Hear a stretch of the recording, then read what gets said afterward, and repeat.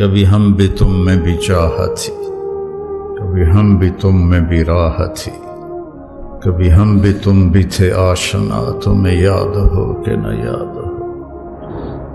ہم سب کی زبانوں پر ایک بول تھا، یا رب محمد انصر امت محمد۔ غزہ کے لیے کتنی دعائیں ہو رہی ہیں،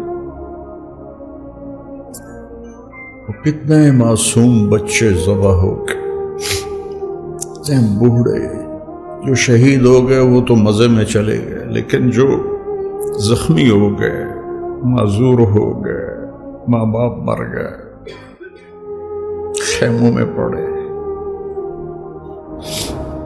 اے امت محمد تمہیں بشارت، تمہارا رب تمہاری مدد کے لیے آ گیا۔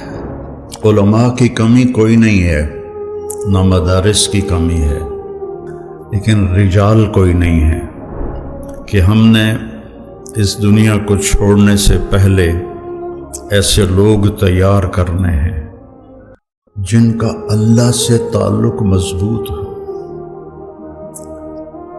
اور ان کا قرآن سے تعلق مضبوط ہو، جن کا اللہ کے نبی کے ساتھ تعلق مضبوط ہو۔ عائشہ، حفصہ جنہوں نے تمہیں بھیجا ہے، انہیں جا کے کہو کہ 3 دوست تھے جو ایک منزل کی طرف چلے، پہلا چلا وہ پہنچ گیا، دوسرا چلا وہ بھی پہنچ گیا، اب تیسرا راستے میں ہے، ان کی راہ پر چلے گا تو ان تک پہنچے گا، اگر اس سے ادھر ادھر ہوا تو بھٹک جائے گا۔ تو جب انہوں نے زمین پہ سر رکھا تو الٹے ہو گئے اور اپنا چہرہ زمین پہ نہ ایسے ملنے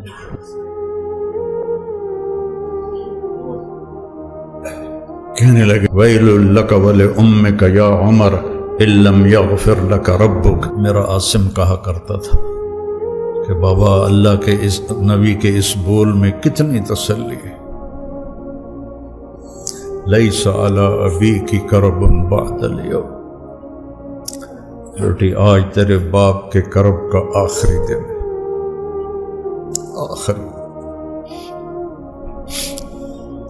موت تک کی جنگ ہے اپنے آپ کے ساتھ۔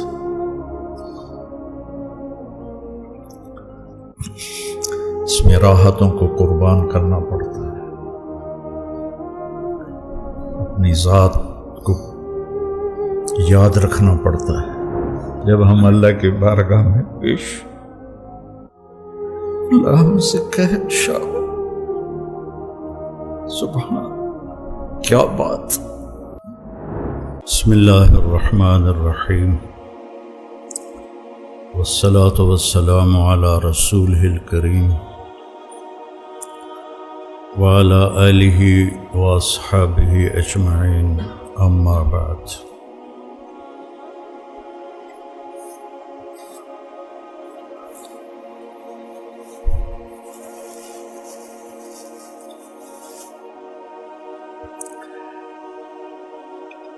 رواجی طریقے، رسمی طریقے،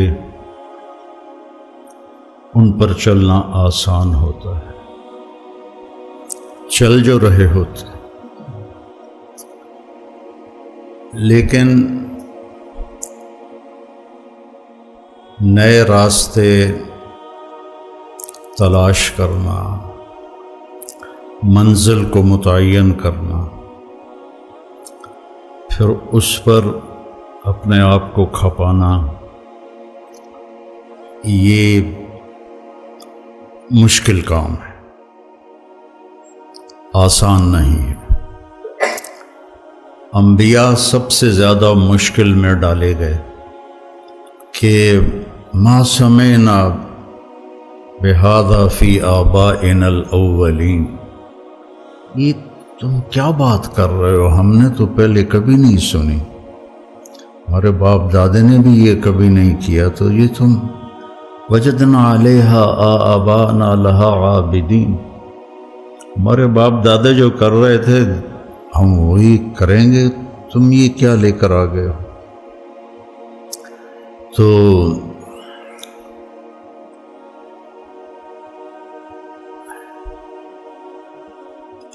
وہ ایک اور جگہ آتا ہے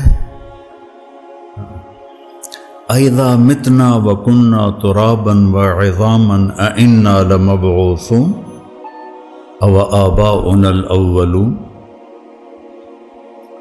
یہ اگر آپ انبیاء کی تاریخ قرآن پاک سے دیکھیں تو ہر قوم یہی بات نبیوں سے کرتی رہی۔ اور دوسری، کیونکہ انبیاء کے ماننے والے کمزور لوگ پہلے ہوتے ہیں، تو مَا نَرَاكَ اتَّبَعَكَ إِلَّا الَّذِينَ هُمْ أَرَاذِلُنَا بَادِيَ الرَّأْيِ وَمَا نَرَىٰ لَنَا عَلَيْكُمْ مِنْ فَضْلٍ بَلْ نَظُنُّكُمْ كَاذِبِينَ۔ یہ کیا کمی کمین تمہارے ساتھ ہیں، تو تیرے پیچھے چل کے ہمیں کیا ملے گا؟ جب عدی بن حاتم رضی اللہ تعالی عنہ اپنی بہن کی دعوت دینے پر مدینے پہنچے تو آپ کو دیکھا ایک گلی میں ایک عورت نے آپ کا ہاتھ پکڑا ہوا تھا اور آپ سے باتیں کر رہی تھی، تو کہنے لگے یہ تو میرے دل میں آ گیا کہ یہ بادشاہ نہیں ہے، بادشاہ ہوتا تو یہ اس طرح گلی میں ایک عورت اس کا ہاتھ پکڑ کے نہ کھڑی ہوتی۔ آپ سے ملا، آپ اس کو لے کر آئے اور اپنا سرہانہ پیش کیا، اس کو سرانے پہ بٹھایا، خود نیچے بیٹھے۔ کہنے کہ پھر یہ دوسری بات میرے ذہن میں آئی کہ یہ بادشاہ نہیں ہے، بادشاہ ہوتا تو نیچے نہ بیٹھتا۔ تو آپ نے دعوت دی تو انہوں نے کہا انی علی دین، میں بھی ایک دین والا ہوں۔ تو آپ نے فرمایا لعلک یمنعک من الدخول فیہ انک تراہ اتبعہ ضعفۃ من الناس ومن لا قدرۃ لہم وقد رمتہم العرب۔ سمجھ گئے نا؟ یہ پتہ نہیں کتنے سالوں کے بعد میں یہ حدیث میرے ذہن میں آئی ہے، تو عربی ٹھیک پڑھی ہے میں نے اس کی؟ ہاں اچھا۔ تو وہ خاموش ہو گئے۔ پھر فرمایا لعلک یمنعک من الدخول فیہ ما ترى من قلة عددهم وكثرة عدوهم ولعلك يمنعك من الدخول فيه أنك ترى أن السلطان في غيرهم۔ تو عدی کہنے لگے میں تو ہل گیا کہ یہی باتیں میرے اندر تھیں، کیونکہ اس نے کسریٰ اور قیصر کے جاہ و جلال دیکھے تھے، اور کسریٰ بھی خسرو پرویز جس جیسے بادشاہ دنیا میں بہت کم آئے۔ تو پھر آپ نے فرمایا کہ عدی واللہ، پہلے کہنے لگے ارأیت الحیرہ، کہنے لگے دیکھا تو نہیں سنا ہے۔ فرمانے لگے تخرج الضعینۃ منہا فی حلیہا وحللہا وتطوف بیت اللہ وحدہا ولا تخاف علی نفسہا احد۔ تو عدی کہنے لگے میں نے قلت فی نفسی فأین دعار بنی طی الذین سعروا البلاد، میرے قبیلے کے بدماشوں سے کیسے بچے گی وہ جنہوں نے پورے عرب میں آگ لگا رکھی ہے؟ تو ان کے قبیلے کے سب سے بڑے بدماش تھے رافع بن عمیرہ۔ تو یہ بیچ میں ایک بات آ گئی تو اس کو بڑھا رہا ہوں۔ جب یرموک کے میدان میں خالد بن ولید رضی اللہ تعالیٰ عنہ نے فرمایا کہ باہان جو ان کا امیر تھا رومی فوج کا، اس نے کہا کہ 9 دن یہ جنگ چلتی رہی تھی، 9ویں دن فیصلہ ہوا تھا کہ آج ایسا کرو تم عرب نکلو، غساسنہ اور تغلب یہ 2 قبیلے عرب میں محروم رہے اسلام سے، بنو تغلب اور بنو غسان۔ تو تم ان کے مقابلے میں جاؤ، لوہا لوہے کو کاٹے۔ تو حضرت خالد بن ولید کو پتہ چلا تو انہوں نے فرمایا بھائی مجھے 60 آدمی دے دو، میں ان کا مقابلہ، پہلے 30 کہا۔ تو ابو سفیان فرمانے لگے کہ اجد ام ہزل، تو کہنے لگے جبار فی الجاہلیہ و خوار فی الاسلام۔ تو وہ کہنے لگے یہ خواری اور جباری کی بات نہیں ہے، دانش مندی کی بات کر رہا ہوں کہ بہت فرق ہے، تم نے زیادہ ہی جذبہ جوش دکھانا ہے، تو 60 تو کرو۔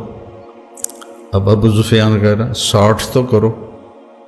تو ابو عبیدہ کہنے لگے کہ وہ امیر تھے، کہنے لگے یہ ابو سفیان ٹھیک کہہ رہا ہے، 60 ہونے چاہیے کم از کم، کن لوگوں کا انتخاب کرو گے یہ تمہارے ذمہ ہے۔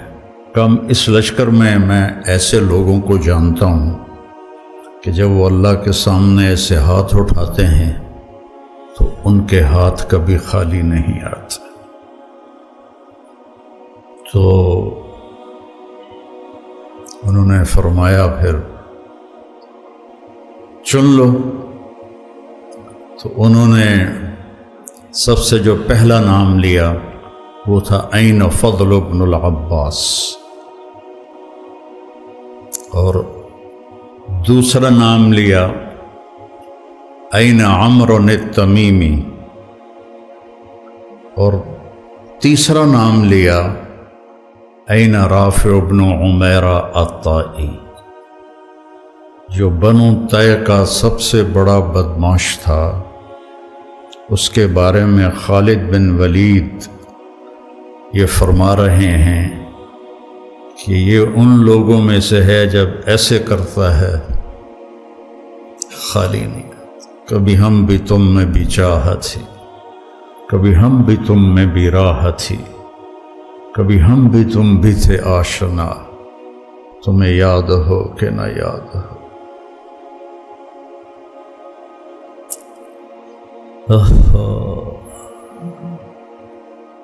یا ابن آدم منی لک محب، یا ابن آدم،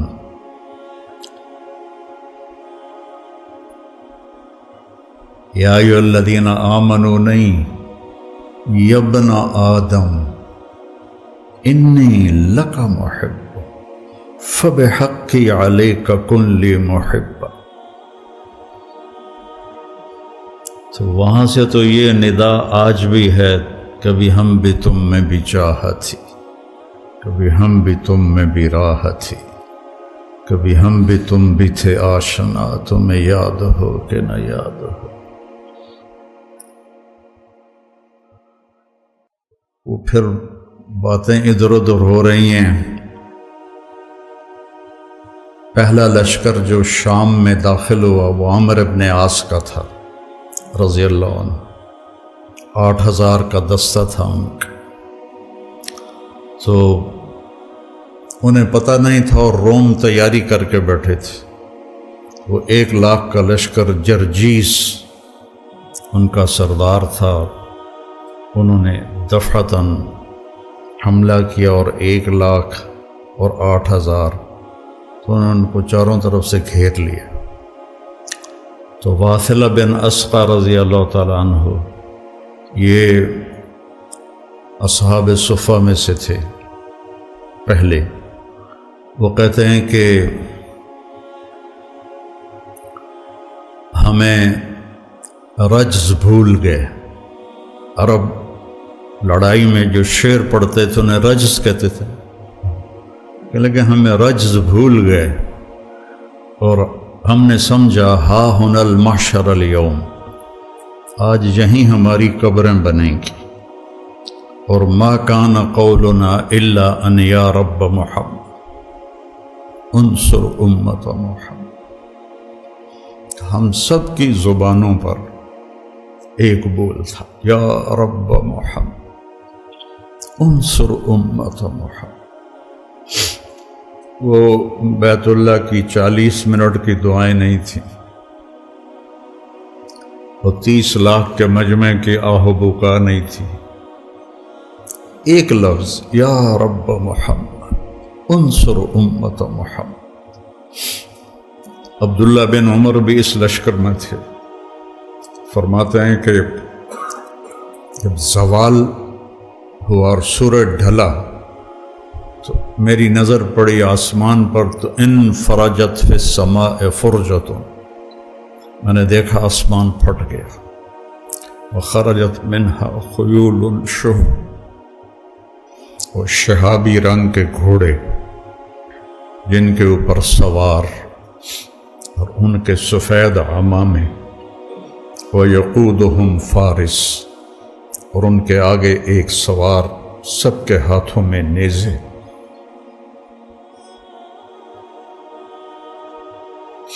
اور وہ کہہ رہا تھا ابشروا یا امت محمد فقد اتاکم اللہ بالنصر۔ غزہ کے لیے کتنی دعائیں ہو رہی ہیں، کتنے معصوم بچے ذبح ہو گئے، بوڑھے جو شہید ہو گئے وہ تو مزے میں چلے گئے، لیکن جو زخمی ہو گئے، معذور ہو گئے، ماں باپ مر گئے، خیموں میں پڑے۔ ابشروا یا امت محمد فقد اتاکم اللہ بالنصر۔ اے امت محمد تمہیں بشارت، تمہارا رب تمہاری مدد کے لیے آ گیا۔ یہ جو میں کہتا ہوں نا دعا میں یا اللہ آ جا، یہ میرے ذہن میں ایسے ہی واقعات گھومتے ہیں، تو پھر میں کہتا ہوں شاید میرے پکارنے پر بھی آ جائے۔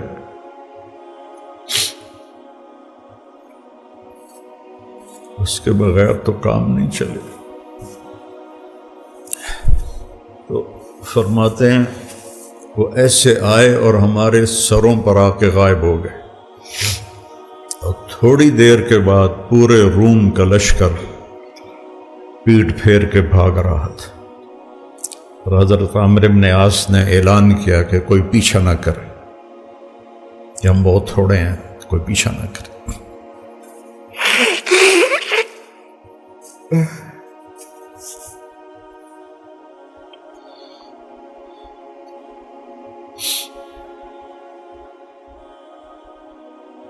تھے ہمیں یہ کہ تیرے مار کا آ رہا ہوں، خشکیوں میں کبھی لڑتے کبھی دریاؤں میں، دی اذانیں کبھی یورپ کے کلیساؤں میں، کبھی افریقہ کے تپتے ہوئے صحراؤں میں، شان آنکھوں میں نجچتی تھی جہانداروں کی، کلمہ پڑھتے تھے ہم چھاؤں میں تلواروں کی، تجھ سے سرکش ہوا کوئی تو بگڑ جاتے تھے، تیغ کیا چیز ہم توپ سے لڑ جاتے تھے، نقش توحید کا ہر دل پہ بٹھایا ہم نے، زیر خنجر بھی یہ پیغام سنایا ہم، دشت و دشت ہیں دریا بھی نہ چھوڑے ہم نے، بحر ظلمات میں دوڑا دیے گھوڑے ہم۔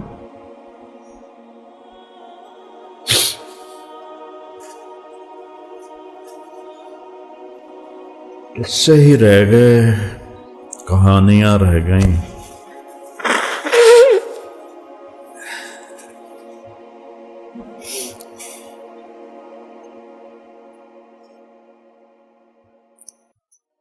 تو عدی بن حاتم فرمانے لگے میرے دل میں آیا این دوغار بنی طیب الذین ساعروا البلاد،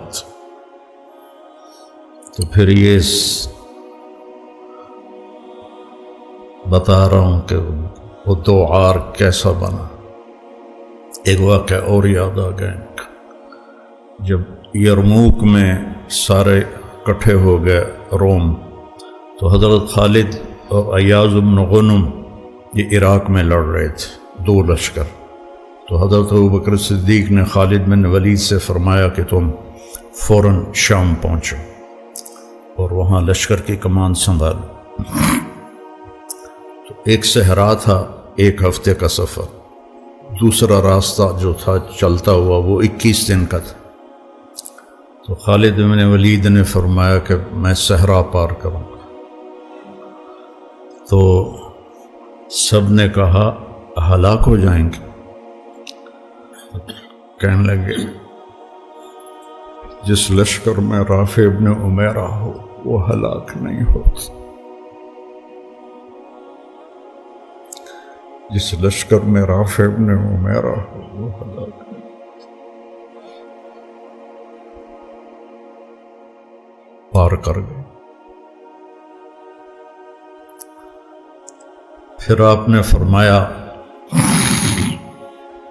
یا عدی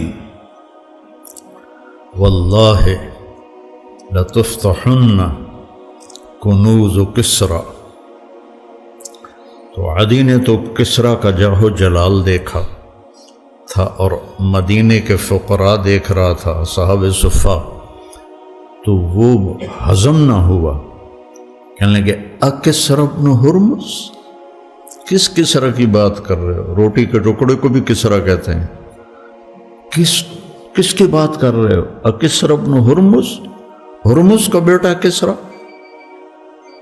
آپ نے کہا ہاں نعم کسریٰ بن ہرمز وانت منہم، تو ان میں ہوگا جو فتح کریں گے۔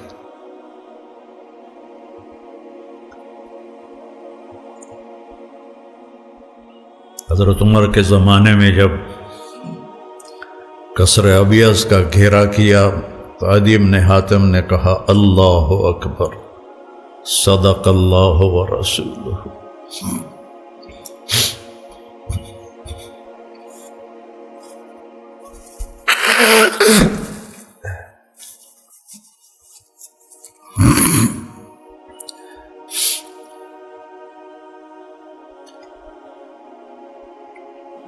علماء کی کمی کوئی نہیں ہے، نہ مدارس کی کمی ہے، لیکن رجال کوئی نہیں ہے۔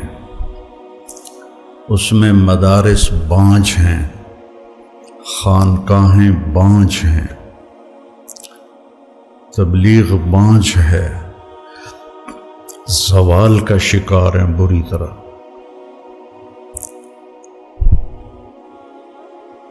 تو ایک ڈیوٹی سمجھ کے کرنا کہ مجھے سبق پڑھانا ہے، تو وہ سوچ بہت حقیر ہے جو آگے منتقل ہوگی۔ لیکن یہ سوچ کہ ہم نے اس دنیا کو چھوڑنے سے پہلے ایسے لوگ تیار کرنے ہیں جن کو دیکھ کر لوگ کہیں کہ یہ قرآن جا رہا ہے، یہ عالم جا رہا ہے۔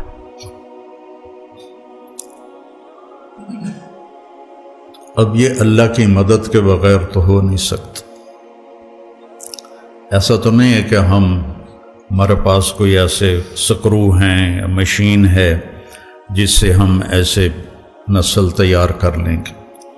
یہ تو سراسر یہدی من یشاء ہے، جس کو چاہے وہ ہدایت دیتا ہے۔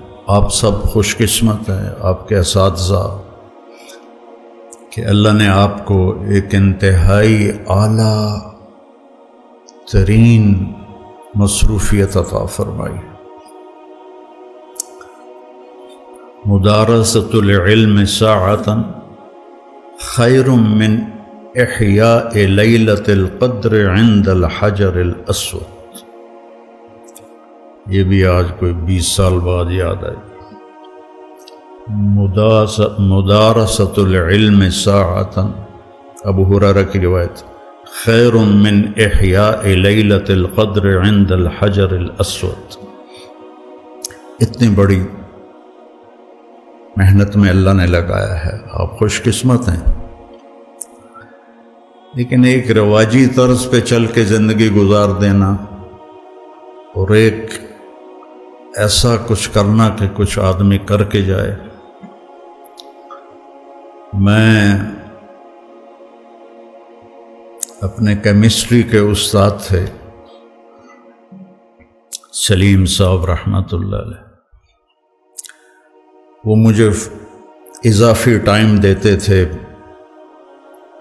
کوئی ٹیوشن وہ پیسے نہیں لیتے تھے، ویسے ہی ان کو محبت تھی مجھ سے، مجھے اضافی ٹائم دیتے تھے۔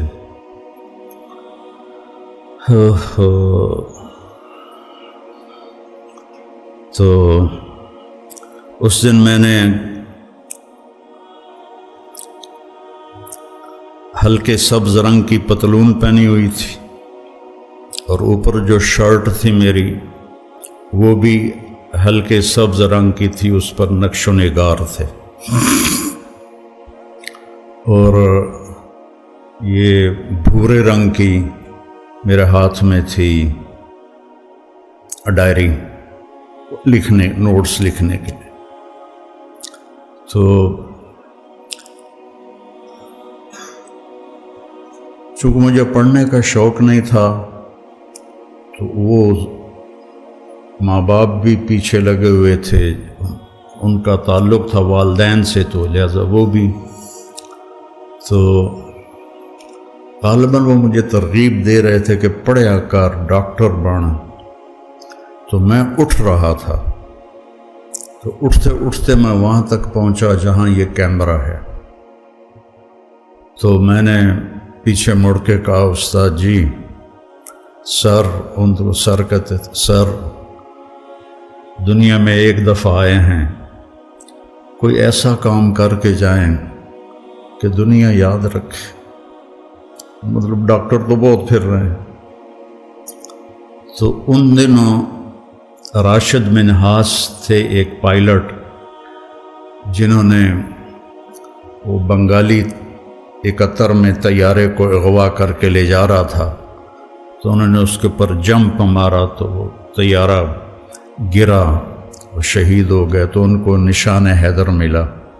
21-22 سال ان کی عمر تھی۔ تو وہ پنجابی میں کہنے لگے، اوے راشد منہاس کوئی کوئی ہوندا ہے، یہ ان کا لہجہ تھا، اے راشد منہاس کوئی کوئی ہوندا ہے۔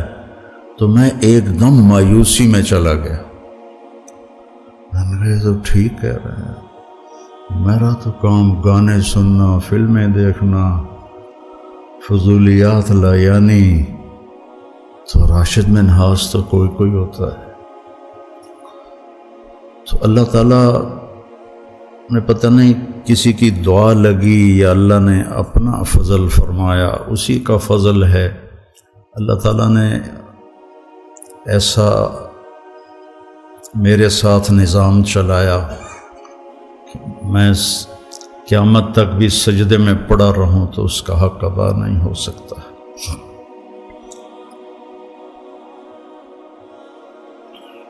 تو ہم نے ایک نسل تیار کرنی ہے جن کا اللہ سے تعلق مضبوط ہو اور ان کا قرآن سے تعلق مضبوط ہو، جن کا اللہ کے نبی کے ساتھ تعلق مضبوط ہو، جو قرآن پر اپنا زور لگانے والے ہوں۔ بلاد ہند میں قرآن پر بہت زیادتی ہوئی، صرف فقہ۔ قرآن تبرکاً ہوتا ہے، حدیث بھی تحنیف کے لیے ہوتی ہے، وہ بھی تبرکاً ہوتی ہے۔ وہ لوگ وہ نوجوان جو اللہ کے سامنے کھڑے ہوں تو اللہ بھی کہے خدا بندے سے خود پوچھے بتا تیری رضا کیا ہے، میرا بندہ بول کیا چاہتا ہے۔ لوگوں کو ہدایت کے نشان بنا کے چھوڑیں۔ مولوی بنانا کیا مشکل، تم سارے مولوی بیٹھے، ہم سارے مولوی بیٹھے، لیکن کوئی نسل تیار کرنا، اس کے لیے فالتو کام کرنا پڑتا ہے۔ جو گاما پہلوان تھا غلام محمد، اس کا قد تھا 5 فٹ 8 انچ، اور 6.25 فٹ کے پہلوانوں کو اٹھا کے ایسے پھینکتا تھا جیسے کوئی تنکا اٹھا کے پھینک دیا۔ 400 کشتیاں لڑیں، ایک میں شکست نہیں کھائی، 400 کشتیوں میں ایک میں۔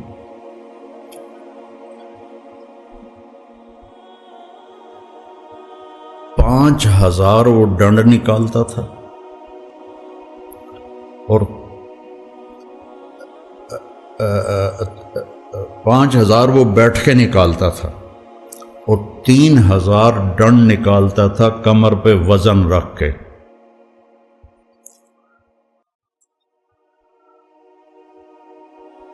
تو رستم زمان بننے کے لیے صرف ڈنڈ کافی نہیں ہوتے، صرف بیٹھ کے کافی نہیں ہوتی۔ 7 کلو بادام روزانہ کھاتا تھا، 5 مرغیاں روزانہ کھاتا تھا، 10 سیر دودھ روزانہ پیتا تھا، اور تہجد کا پابند تھا، نمازوں کا پابند تھا۔ امرتسر کا تھا، تقسیم کے بعد لاہور آ گیا۔ یعنی اس کی برداشت کیسی تھی، ایک سبزی والے سے سبزی لینے لگا تو وہ کوئی بھاؤ تاؤ میں کمی بیشی کی بات ہوئی تو اس نے وہ ہوتا ہے نا، وہ جو تولنے کے لیے جو باٹ رکھے ہوتے ہیں، اس نے اٹھا کے گاؤں میں مارا، اس کے یہاں لگا، خون نکل آیا، تو اس نے پگڑی کھول کے وہ اس کو بل دے کے نا بند کر دیا اور چل پڑا۔ تو لوگوں نے کہا پہلوان جی رستم زمان اے ماڑا جا بندہ، تسی پھوک مارو تو اڑ جائے۔ تو کہنے لگے یہ رستم زمانی جو ہے نا، یہ برداشت سے سیکھی ہے، ایسے نہیں سیکھی، یہ برداشت سے سیکھی۔ اور مجھے نہیں بلکہ پورے ماحول میں یہ بات ہے کہ مولوی غصے والے ہوتے ہیں، مدرسے کے طلبہ برداشت سے عاری ہوتے ہیں اور اخلاق سے عاری ہوتے ہیں۔ حالانکہ میں قسم اٹھاؤں کہ انڈیا، پاکستان اور خاص طور پر بنگلہ دیش کے جو طلبہ ہیں، جتنی قربانی وہ دیتے ہیں پوری دنیا میں کوئی نہیں دیتا، لیکن ان کو کوئی لے کر چلنے والا ہو اور انہیں بتانے والا ہو تو یہ بہت بڑا ذخیرہ ہے۔ حنفیت کا تعصب اور باقی جو اہل فرق ہیں ان کی نفرت، تو عجیب و غریب سی شخصیت بن کے باہر نکلتا۔ ہم نے انہیں مومن بنانا ہے، مسلم بنانا ہے، موحد بنانا ہے، مصدق بما جاءت بہ الرسل بنانا ہے۔ ہاں ہماری ترجیحات میں ابو حنیفہ ہیں رحمہ اللہ تعالی، اس کی جو تعبیر اہل دیوبند نے کی ہے اس کو ہم زیادہ صحیح سمجھتے ہیں، لیکن باقیوں کے لیے نفرت پالنا، باقیوں کے لیے بغض پالنا، باقیوں کے لیے حقارت پالنا، تو پھر ہم نے کچھ بھی نہیں سیکھا۔ اور پھر اللہ نے ہمیں دعوت کی نسبت دی ہے۔ داعی تو کام ہی ہے کہ حقیر سے حقیر کو سینے سے لگانا، بڑے سے بڑے مجرم کو سینے سے لگانا۔ قولا لہ قولا لینا لعلہ یتذکر او یخشی، کیا بات اللہ کر رہا ہے کلیم جیسی ہستی سے، جس کے سامنے والے کے بارے میں اللہ کو پتہ ہے ایمان نہیں لائے گا۔ قولا لہ قولا لینا فبما رحمت من اللہ لنت لهم ولو كنت فظا، زبان کی شدت، غلیظ القلب، مزاج کی شدت، کس کی؟ رحمت للعالمین، کس کی؟ سراجا منیرا، کس کی؟ شاہد مبشر نذیر داعی اللہ، سراجا منیرا، مزمل مدثر طٰہٰ یاسین، حاشر ماہی عاقب فاتح ابو القاسم، لیکون للناس نذیرا، تبارک الذی نزل الفرقان علی عبدہ لیکون للعالمین نذیرا۔ اگر میرے محبوب آپ کے اندر یہ دو باتیں ہوتی ہیں، یہ تیز و شدت مزاج میں سختی ہوتی، لنفضوا، کون؟ ابو بکر، کون؟ عمر، کون؟ عثمان، کون؟ علی، طلحہ، زبیر، سعد، سعید، انصار، مہاجرین۔ اور انفزاز ہوتا ہے بھگدڑ مچ جانا۔ لنفضوا، تھوڑا سا یہاں یہ مسجد ہل جائے تو ہم یہاں سے کیسے بھاگیں گے؟ ترتیب سے نہیں، اندھا دھند بھاگیں گے، اس کو انفزاز کہتے ہیں۔ لنفضوا من حولک،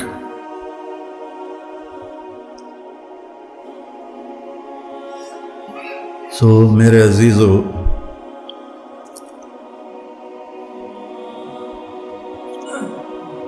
ایک نسل اللہ سے مانگو، ہم جائیں تو ایک نسل چھوڑ کے جائیں۔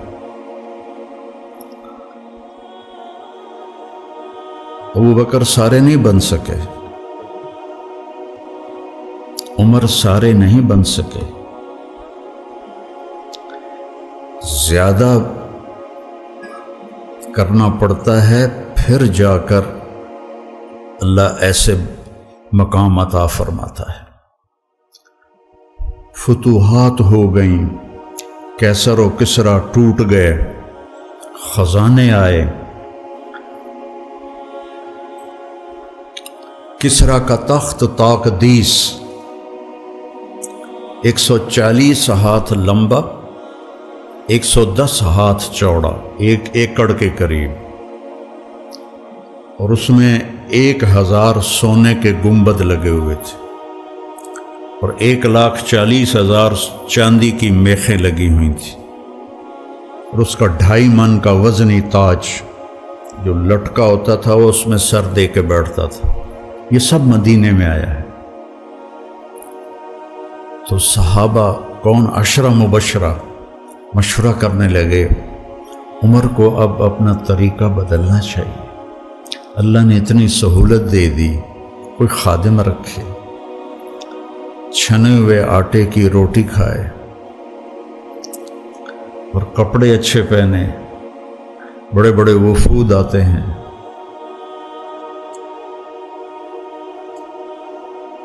تو حضرت علی کہنے لگے جو مرضی کر لو، مانے گا کوئی نہیں۔ کہنے لگے نہیں، بات تو کرنی چاہیے۔ تو کون بات کرے؟ کہا حفصہ اور عائشہ رضی اللہ عنہ، ایک بیٹی ہیں ازواج مطہرات میں سے ہیں، دوسری محبوب رسول ہیں، تو ان دونوں کو تیار کیا گیا۔ یہ دونوں تشریف لائیں تو حضرت عمر گنجے ہو گئے تھے، آخر لیٹے ہوئے تھے، اٹھ کے بیٹھ گئے تو حضرت عائشہ متکلم بنی کہ امیر المومنین آپ سے ایک بات کرنی ہے، کہو۔ اللہ تعالیٰ نے ہمارے نبی کے دور میں دنیا نہ بھیجی، نہ انہوں نے دنیا کا ارادہ کیا، وہ ایسے ہی چلے گئے۔ میرے باپ کا زمانہ آیا، اللہ نے دنیا نہ بھیجی، نہ انہوں نے ارادہ کیا، تو وہ بھی ویسے ہی چلے گئے۔ اب اللہ تعالیٰ نے آپ پر دنیا کے دروازے کھول دیے ہیں، فتوحات کے دروازے کھول دیے ہیں۔ اب آپ اپنے اوپر رحم کریں، ارفق بنفسک، اچھا کھانا کھائیں، چھنے ہوئے آٹے کی روٹی کھائیں، اچھا کپڑا پہنیں، بڑے بڑے وفود آتے ہیں آپ سے ملنے کے لیے، اور اپنے لیے کوئی خادم رکھیں جو آپ کی خدمت کرے۔ آپ کی عمر کا بھی تقاضا ہے۔ تو حضرت عمر کا رنگ ایسے بدل رہا۔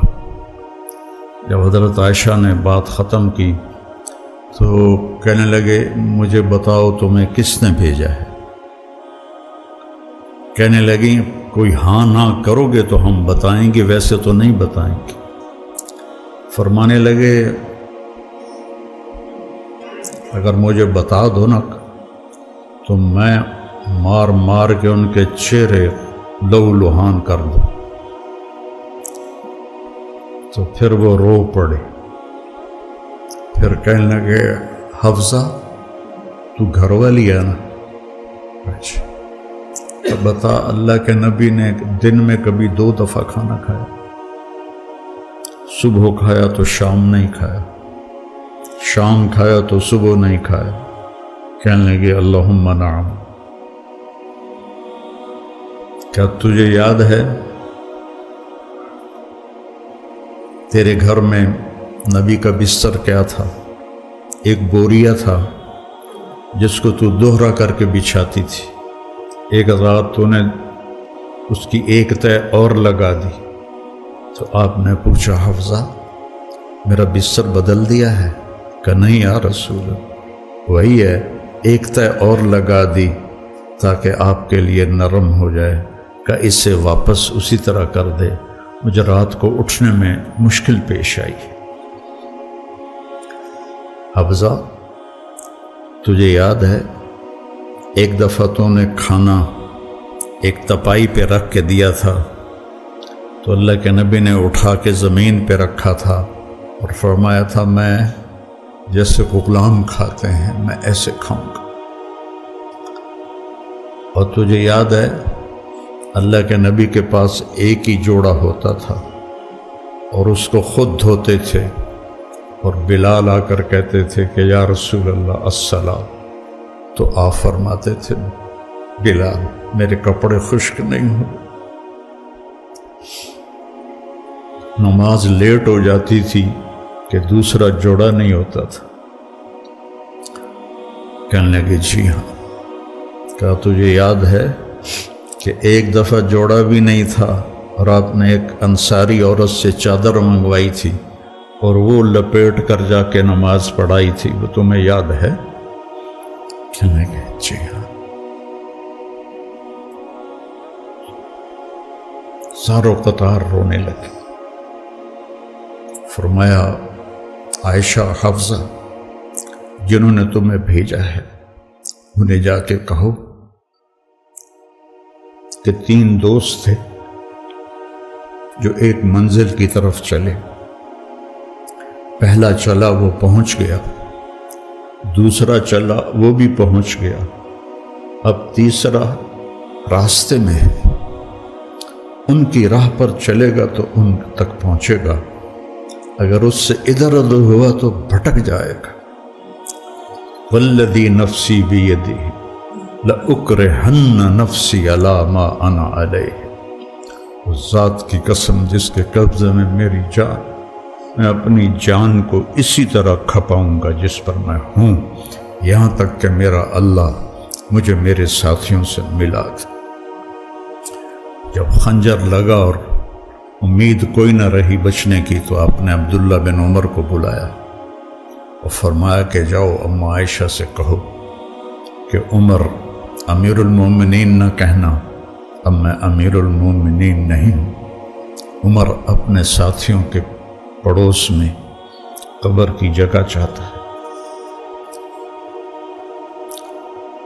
جب وہ تشریف لے گئے تو حضرت عائشہ بھی رو رہی تھی، انہوں نے یہ روتے ہوئے عرض کی، اماں جان میرا باپ عمر بن خطاب اپنے ساتھیوں کا پڑوس چاہتا ہے۔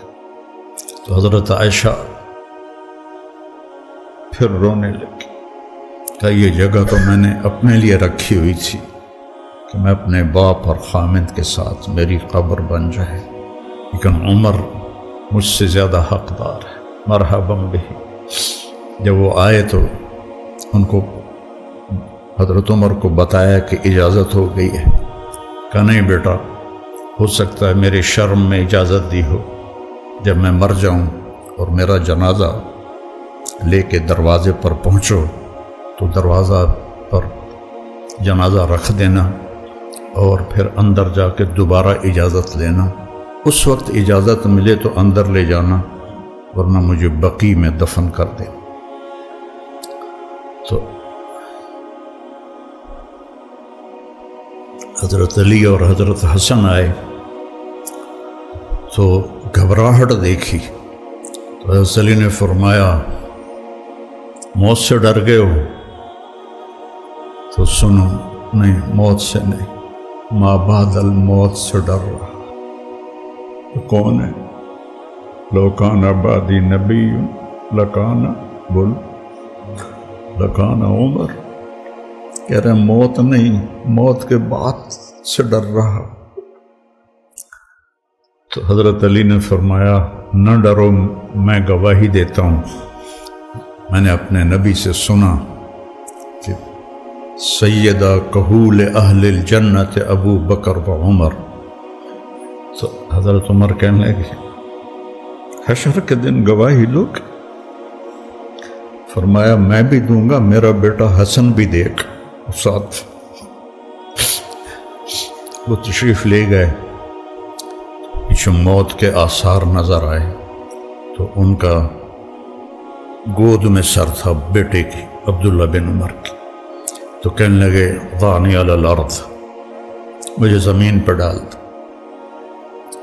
تو ان کا دل نہیں مانا تو انہوں نے پنڈلی پہ سر رکھ دیا، کہنے لگے ویحک، تیرا ناس ہو، سنتے نہیں ہو کیا کہہ رہا ہوں، زمین پہ ڈال۔ آپ مسجد میں داخل ہوئے، آپ کے دائیں طرف ابو بکر تھے، بائیں طرف عمر تھے۔ آپ نے فرمایا ہمیں دیکھ رہے ہو؟ صحابہ سے کہا جی۔ کہا ھکذا نحشر یوم القیامہ، اس طرح ہم محشر میں اٹھیں گے کہ میرے دائیں ابو بکر ہوگا اور بائیں میرا عمر ہوگا۔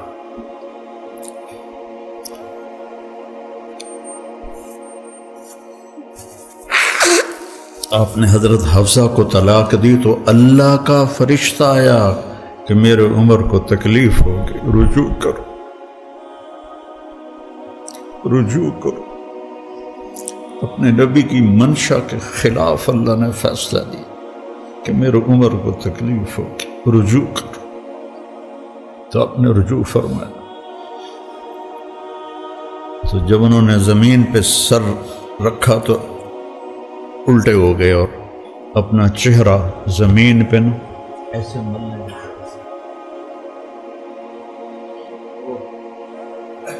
کہنے لگے ویل لک ولامک یا عمر ان لم یغفر لک ربک، ویل لک ولامک یا عمر ان لم یغفر لک ربک، ویل لک ولامک یا عمر ان لم یغفر لک ربک۔ یہی کہتے کہتے جان نکل گئی۔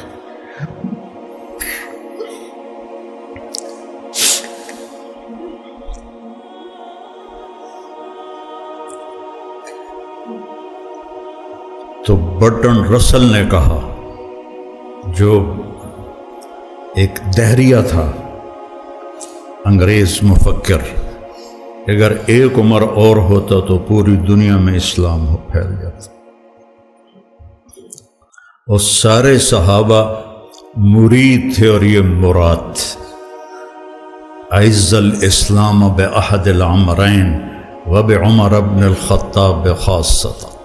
بدھ کی رات کو دعا مانگی، جمعرات کی رات کو بدھ والے دن، جمعرات کو حضرت عمر کو اللہ نے ایمان کی دولت نصیب فرمائی، اور وہ اس حال میں جا رہے ہیں۔ حضرت صہیب نے جنازہ پڑھایا، در و دیوار مدینے کے رو رہے تھے، صرف مرد عورت نہیں، بچے بھی، اور جنازے کو حضرت عائشہ کے دروازے کے سامنے رکھا گیا۔ حضرت عبداللہ نے دروازہ کھٹکھٹایا اور کہا، اماں جان، میرا باپ عمر اندر آنے کی اجازت چاہتا۔ حضرت عائشہ نے اپنی چادر اٹھائی کہ مرحبا بعمر۔ جب ان کی قبر کھودی جا رہی تھی تو حضرت عبداللہ بن عباس کہتے ہیں کہ میرے کندھے پر کسی نے ہاتھ رکھا، میں نے پیچھے مڑ کے دیکھا تو علی تھے علیہ السلام، اور رو رہے تھے اور کہہ رہے تھے، عمر مجھے پتا تھا اس جگہ تیرے سوا کوئی نہیں آ سکتا، کہ میں نے ایک دفعہ نہیں، پتہ نہیں کتنی دفعہ سنا، دخلت انا و ابو بکر و عمر، خرجت انا و ابو بکر و عمر، جلست انا و ابو بکر و عمر۔ اتنی دفعہ تیرے نام کو اپنے نام کے ساتھ لیا، میرے ان کانوں نے سنا، مجھے پتا تھا یہیں آئے گا، یہیں آئے گا۔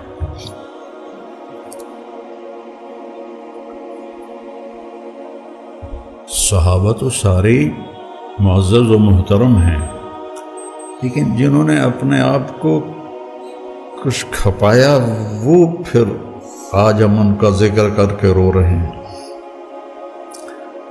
آنکھیں اشک بار ہیں۔ رواجی کام کرنا ہے تو مسئلہ ہی کوئی نہیں، لیکن اگر کسی منزل تک خود بھی پہنچنا ہے، اوروں کو بھی پہنچانا ہے، چونکہ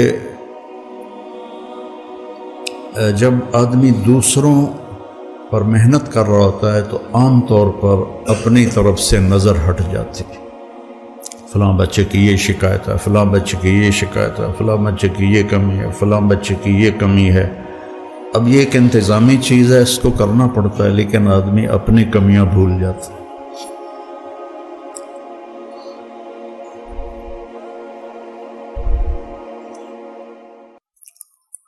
ابن سیرین کے حسن بصری کا قول ہے کہ میں نے 70 صحابہ کی صحبت اٹھائی جو اپنے اوپر نفاق کا ڈر رکھتے تھے۔ نافق حنظلہ، نافق حنظلہ۔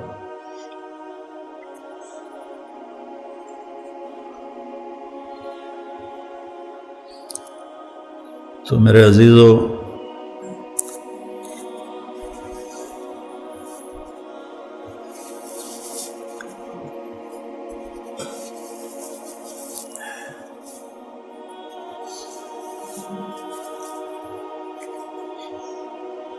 مجھے سمجھ میں نہیں آ رہا کہ میں کس طرح وہ بات آپ کے سامنے پیش کروں جو میں کہنا چاہتا ہوں۔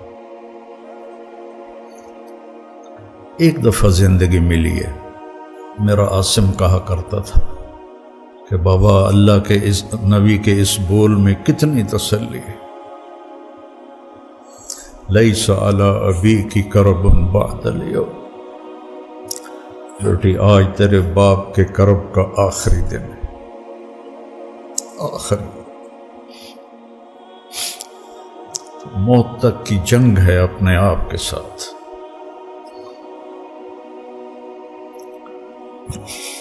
اس میں راحتوں کو قربان کرنا پڑتا ہے، اپنی ذات کو یاد رکھنا پڑتا ہے۔ اتنے مولوی اس سے پوچھتے ہیں کہ کوئی ایسی تفسیر بتائیں جس میں نکتے بیان کیے گئے، میں نے کہا اپنے لیے قرآن پڑھو، لوگوں کو متاثر کرنے کے لیے نہ دیکھو کہ میں نکتے بیان کروں۔ ایک نے مجھ سے کہا آپ یہ نکتے کہاں سے بیان کرتے ہیں؟ میں نے کہا اللہ کی قسم میں کہیں سے بھی نہیں بیان کرتا ہوں، اللہ سجاتا ہے، پتہ نہیں کہاں سے سجاتا ہے، میں نکتوں کے لیے قرآن نہیں اٹھاتا ہوں۔ فَإِذَا الْتَبَسَتْ عَلَيْكُمُ الْأُمُورُ كَقِطْعِ اللَّيْلِ الْمُظْلِمِ فَعَلَيْكُمْ بِالْقُرْآنِ فَإِنَّهُ مَاحِلٌ مُصَدَّقٌ وَشَافِعٌ مُشَفَّعٌ مَنْ جَعَلَهُ أَمَامَهُ قَادَهُ إِلَى الْجَنَّةِ وَمَنْ جَعَلَهُ خَلْفَهُ سَاقَهُ إِلَى النَّارِ۔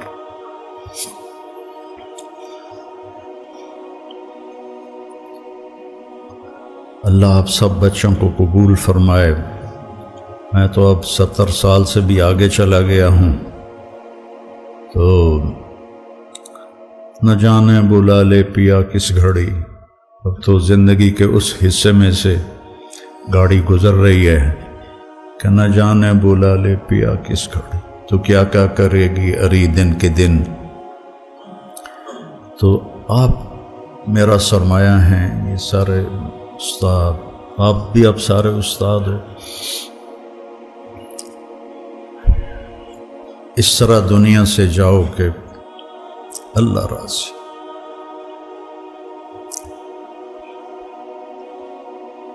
محمد علی جناح کے بارے میں بہت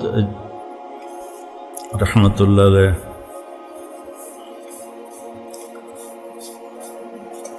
کوئی کہتا شیعہ تھا، کوئی کہتا بے دین تھا، کوئی کہتے ہیں اس کو پتہ ہی نہیں تھا اسلام کا۔ ایک آدمی نے ان سے کہا کہ سر آپ اتنے بیمار ہیں اور آپ اتنی محنت کرتے ہیں، کیوں کرتے ہیں؟ تو کہنے لگے میں چاہتا ہوں جب میں اللہ کے سامنے پیش ہوں تو میرا اللہ مجھے کہے شاباش مسٹر جناح۔ انہوں نے تو انگریزی میں کہا کہ اللہ مجھے کہے ویل ڈن مسٹر جناح، جناح شاباش۔ جب ہم اللہ کی بارگاہ میں پیش، اللہ ہم سے کہے شاباش، سبحان، کیا بات۔